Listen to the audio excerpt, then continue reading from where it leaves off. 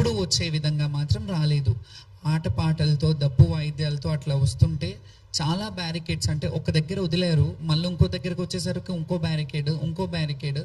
మీరు చెప్పినట్టు మాతో 5 మందిని పంపిస్తానంటే అది కూడా పంపించలేదు. ఒకరిద్దరిని లాస్ట్ వరకు ఒకరినో ఇద్దరినో పంపించారు. ఒడిబియ్యం మిస్ అయిపోయాం మేము అక్కడే, ఒడిబియ్యం కూడా వెనక్కి అయిపోయినాయి.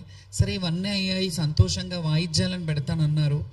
ఇదంతా తర్వాత చెప్తాను. ఫస్ట్ బోనం పడిపోయిందా లేదా అనే క్లారిటీ ఇస్తా. బోనం పడలేదు. ఇప్పటి వరకు అయితే నా ఇన్నేళ్ల చరిత్రలో, ఇన్నేళ్ళు నేను బోనాలు ఎత్తుతున్నాను, ఎప్పుడు పడలేదు. సో ఈసారి కూడా పడలేదు. కాబట్టి నా ఫ్యాన్స్కి, నన్ను నమ్ముకునే భక్తులకి, వీళ్ళందరికీ నేను ఈ విషయంగా మీకు చెప్తున్నాను. ఈ ప్లాట్ఫామ్ విధంగా ఆ వీడియోస్ కూడా పెడతాను, నేను నా ఇన్స్టాగ్రామ్లో పెడతాను. నేను వెళ్ళి బోనం ఎక్కించేది, కాకపోతే అసంతృప్తితో వెళ్ళిన మాట వాస్తవమే. ఎందుకంటే ఎప్పుడు ఆనందంగా ఆటపాటలతో, మీ అందరికీ తెలుసు, గత వీడియోలు చూస్తే వాయిద్యాల నడుమ, డప్పు సప్పుళ్ళ నడుమ అమ్మవారి పూనకంతో వెళ్ళే వాళ్ళము. ఎక్కడికక్కడ నిర్బంధనం మెల్లిగా అంటే ఇది ఒక టార్గెటెడ్ విషయంలాగా జరిగినట్టు అనిపించింది నాకు. ఎందుకంటే ఇందులో జరిగిన తప్పిదం ఏంటంటే, మాకు యాక్చువల్లీ పోలీస్ డిపార్ట్మెంట్ నుంచి ముందుగా ఒకరోజు ముందు కాల్ చేశారు. వెళ్ళాం, మీటింగ్కి రమ్మనంటే వెళ్ళి వాళ్ళు చెప్పిన టైమింగే, మీరు లక్షలాది మంది వస్తారు, ఈ లక్షలాది మందికి ఇబ్బంది కావద్దంటే మీరు ఈ టైంలో రండమ్మా, మీకు ఏ ఇబ్బంది ఉండదు, మిమ్మల్ని సాఫీగా పంపిస్తాము. మోరోవర్ అందులో ఇంకో మాట చెప్పింది ఏంటంటే, హామీ ఇచ్చింది, ఇది కూడా వీడియోలు ఉన్నాయి, నేను పెడతాను ఇవి.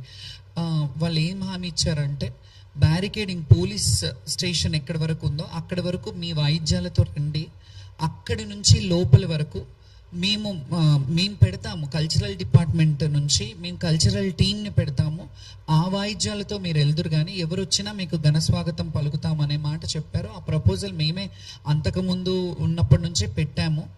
గతంలో మంచిగా జరిగినప్పుడు మంచిదని చెప్పాము, బాగాలేనప్పుడు బాగాలేదని చెప్తాము. మంచిగా జరిగినా బాగాలేకపోయినా ఎలాగైనా సర్దుకోవాలనే విషయం మీ తత్వం మాకు బోధపడలేదు, ఎలా సర్దుకోవాలి. ఎందుకంటే లక్షలాది మంది వచ్చే భక్తుల్లో మేము ఎన్నో సంవత్సరాలుగా మా జీవితాన్ని అమ్మవారికి అంకితం చేసి, మా జీవితంలో ఎన్ని ఒడిదుడుకులున్నా, ఎన్ని కష్ట నష్టాలున్నా, ఏ బాధలున్నా, ఎండ వాననక ఏది ఉన్నా, ఏది వచ్చినా, ఎలాంటి అవాకులు చెవాకులు వచ్చినా ఖచ్చితంగా సంవత్సరం అంతా ఆషాఢ మాసం ఎప్పుడు వస్తుంది, అమ్మకు బోనం ఎప్పుడు పెట్టాలి, మేము ఎప్పుడు వెళ్ళాలి, మేము ఎప్పుడు అలంకరించుకొని అమ్మకు కనపడాలి. ఎందుకంటే అలంకార ప్రియురం మేము, మా జీవితాలే అమ్మవారి సేవకు అంకితమైన వాళ్ళము. ఈ అలంకార ప్రియులం అనే ఇదిని మేము అమ్మవారిని ఆవహించుకొని అలా అలంకరయ్యి చక్కగా అమ్మవారికి మమ్మల్ని చూసి సంతోషిస్తుందేమో, అమ్మ మమ్మల్ని, ఆ బిడ్డలు వచ్చారు, నా బిడ్డలు చక్కగా వచ్చారు. ఎప్పుడైనా ఒక తల్లికి బిడ్డను చూసినప్పుడు వాళ్ళు చక్కగా ఉన్నారు, వాళ్ళు మంచిగా ఉన్నారంటేనే, వాళ్ళు హెల్త్గా వెల్త్గా అన్ని విధాలుగా బాగున్నారంటేనే అమ్మకు ఆనందం. అట్లాగే మేము అమ్మ బిడ్డలం కదా, మా తల్లిదండ్రులు అది ఉన్నా జీవితంలో వివక్షతకు గురైన జీవితాలు మావి. ఎవరికీ తెలియదు మా లొసుగులు ఏముంటాయి, మా మంచి చెడ్డలు ఏముంటాయి, మేము ఎలా అనుభవిస్తుంటాం, మా జీవన విధానం ఏంటి, మా జీవన శైలి ఏంటి ఎవరికి తెలియదు. మేము అలంకారం చేసుకొని వస్తాం, వాళ్ళకేంటి అన్నట్టు ఉంటారు. కానీ మేము కూడా ఎవరి ముందు అలా ప్రొజెక్ట్ చేయొద్దు అనుకుంటాం. ఎలా అంటే, మాకేదో సింపతి చూపించాలి, ఎవరో వచ్చి సింపతి చూపించాలని ఏ రోజు ఆలోచించాం. మేము స్ట్రాంగ్గా, మా హక్కు, మా రైట్ ఇది, బోనాల కల్చర్ని రిప్రజెంట్ చేయడం మా హక్కు. బోనాల పండుగని ముందుకు భావితరాలకు చూపించాలి.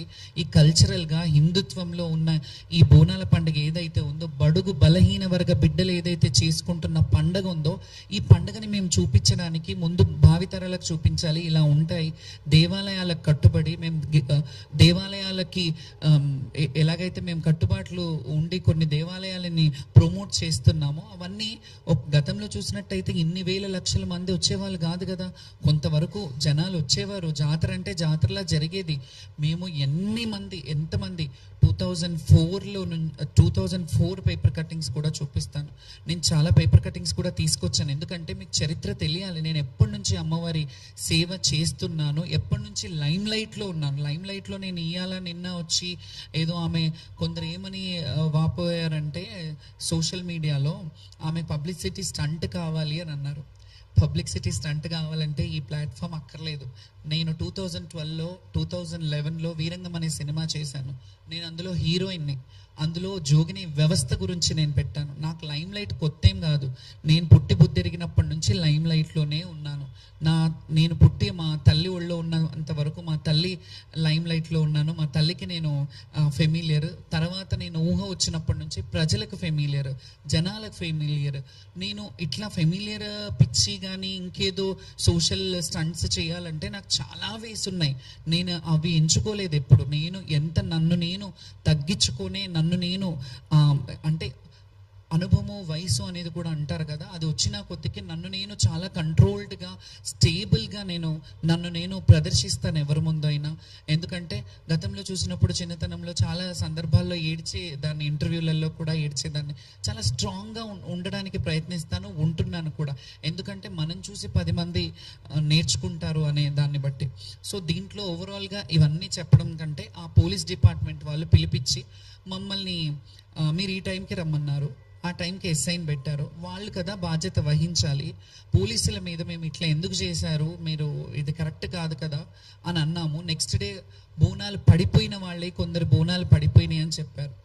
ఇందులో ఓవరాల్గా మాకు ఇంకా మనసు నొచ్చుకున్న బాధ ఏంటంటే, కొంతమంది ఈ అపోహలు పెట్టి కొంతమంది ఏవైతే చేస్తున్నారో ఆ చర్యలు కావాలని చేస్తున్నారనే డౌట్ కూడా నాకు వస్తుంది. కొందరు మరి అది అధికారంలో ఉన్న వాళ్ళు చేస్తున్నారా, వేరే వాళ్ళు చేస్తున్నారా అనే డౌట్ నాకు కూడా వస్తుంది. మీకు ఎట్లా డౌట్ వస్తుందో నేను కూడా డౌట్ పడే హక్కు నాకుంది. ఎందుకంటే కొంతమంది జోగినీలను తీసుకొని కొన్ని సోషల్ మీడియాలు దుష్ప్రచారంలో చేతులు కడుక్కొని ఉన్నారు. ఎందుకంటే నేను స్పృహ తప్పిపోయాను, ఆమె స్పృహ తప్పిందంతా డ్రామా, యాక్టింగ్ చేస్తుందేమో, అట్లా ఇట్లా పడిపోయి మళ్ళీ లేచి మాట్లాడుతుంది అని అంటే, నేను అక్కడ చచ్చిపోలేదు, స్పృహ మాత్రమే తప్పాను. నాకు మంచినీళ్ళు తాగిపించారు, నాకు వాటర్ తాగిపించారు.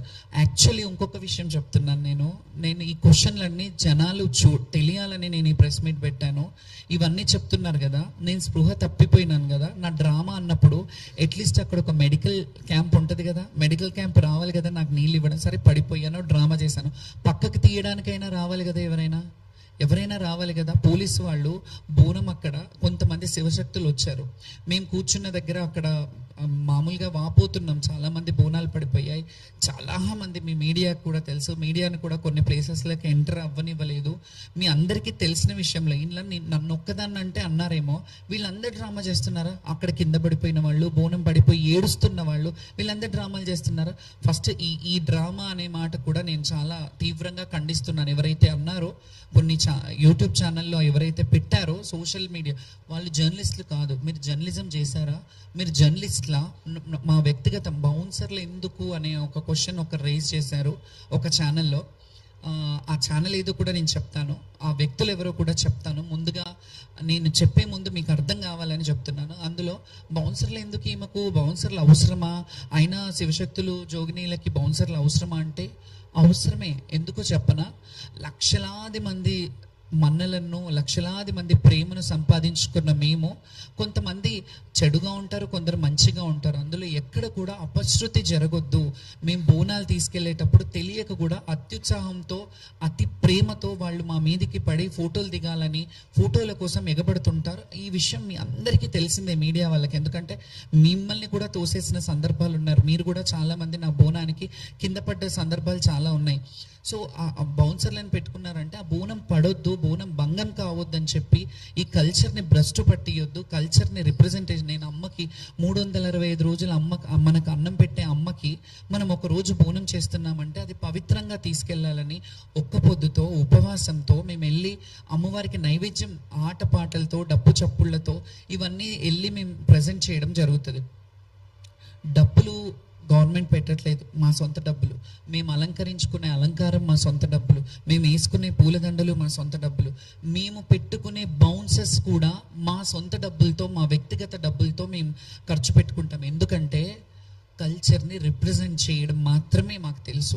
కల్చర్ని రిప్రజెంట్ చేయాలి, మేము బోనాలు తీసుకెళ్ళాలి, అమ్మని, తల్లిని చూడాలి. సంవత్సరం అంతా ఎదురు చూసే ఘట్టం ఏదైతే ఉంటుందో, ఆ సికింద్రాబాద్, ఉజ్జయిని మహంకాళి కావచ్చు, ఎల్లమ్మ, బల్కంపేట ఎల్లమ్మ కావచ్చు, కావచ్చు, ఏడుపాయల దుర్గమ్మ కావచ్చు, కొమరవెల్లి మల్లికార్జున స్వామి కావచ్చు, ఐలవేణి కావచ్చు, మేడారం సమ్మక్క సారక్క జాతర కావచ్చు, అక్కడ అన్ని వేలాది లక్షలాది మంది శివశక్తులు భక్తులు అందరూ వెళ్ళడంలో శివశక్తులు కొంత ప్రత్యేకమైన అలంకారాల్లో ఉండడంలో తప్పే ఉంది.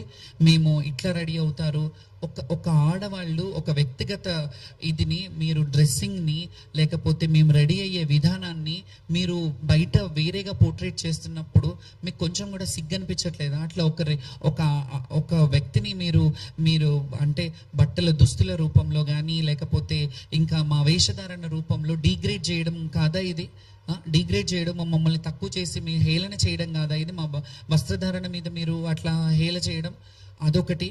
ఇంకొకటి, అందులో కొంతమంది పోలీసుల హడావిడి జరిగింది, పోలీసుల గొడవలు జరిగినాయి. నెక్స్ట్ డే మమ్మల్ని పంపించేశారు. బోనము వేరే కొంతమంది జోగినీళ్ళు మేము అక్కడ కూర్చున్నప్పుడు వచ్చేసి గబగబల్ని ఏమైందో తెలియదు మాకు, మేము వచ్చేసినాము, వాళ్ళు కూర్చునేసరికి బోనం ఎక్కించాం. కొంచెమన్నా బుద్ధుంది మాట్లాడుతున్నారా మీరు? శివశక్తులకి ఈ మాట చెప్తున్నాను. నేను ఏ రోజు కూడా ఇవన్నీ పక్కన పెడితే, నేను ప్రభుత్వంతో కొట్లాడానా ఇవన్నీ కొట్లాడానా పక్కన పెడితే, నేను డైరెక్ట్ క్వశ్చన్ ఒక శివశక్తులకు వేస్తున్నాను ఈ సవాలు. ఇన్ని రోజులు శివశక్తులకు మేము ఏదైతే చేస్తున్నామో, శివశక్తుల గురించి పోరాడుతున్నామో, ఏ రోజు నా గురించి పోరాడలేదు. నా గురించి ఒక్కదాని గురించి అయితే నాకు గ్రీన్ కార్పెట్ కాదు, 7 కలర్స్ ఆల్ కలర్స్ కార్పెట్లు వేసేస్తారు. నా క్యాలిబర్ ఏంటో నాకు తెలుసు. కానీ నేను ఏ రోజు అలా అడగలే, మా శివశక్తులకు ఒక క్యూ లైన్ పెట్టండి, మా బోనాల వాళ్ళు ఇన్ని కిలోల బరువును ఎత్తుకొని ఉంటారు, మా బోనాలు ఎత్తుకునే శివశక్తులు బోనాల వాళ్ళు కానీ మహిళలు ఉంటారు, చిన్నపిల్లలతో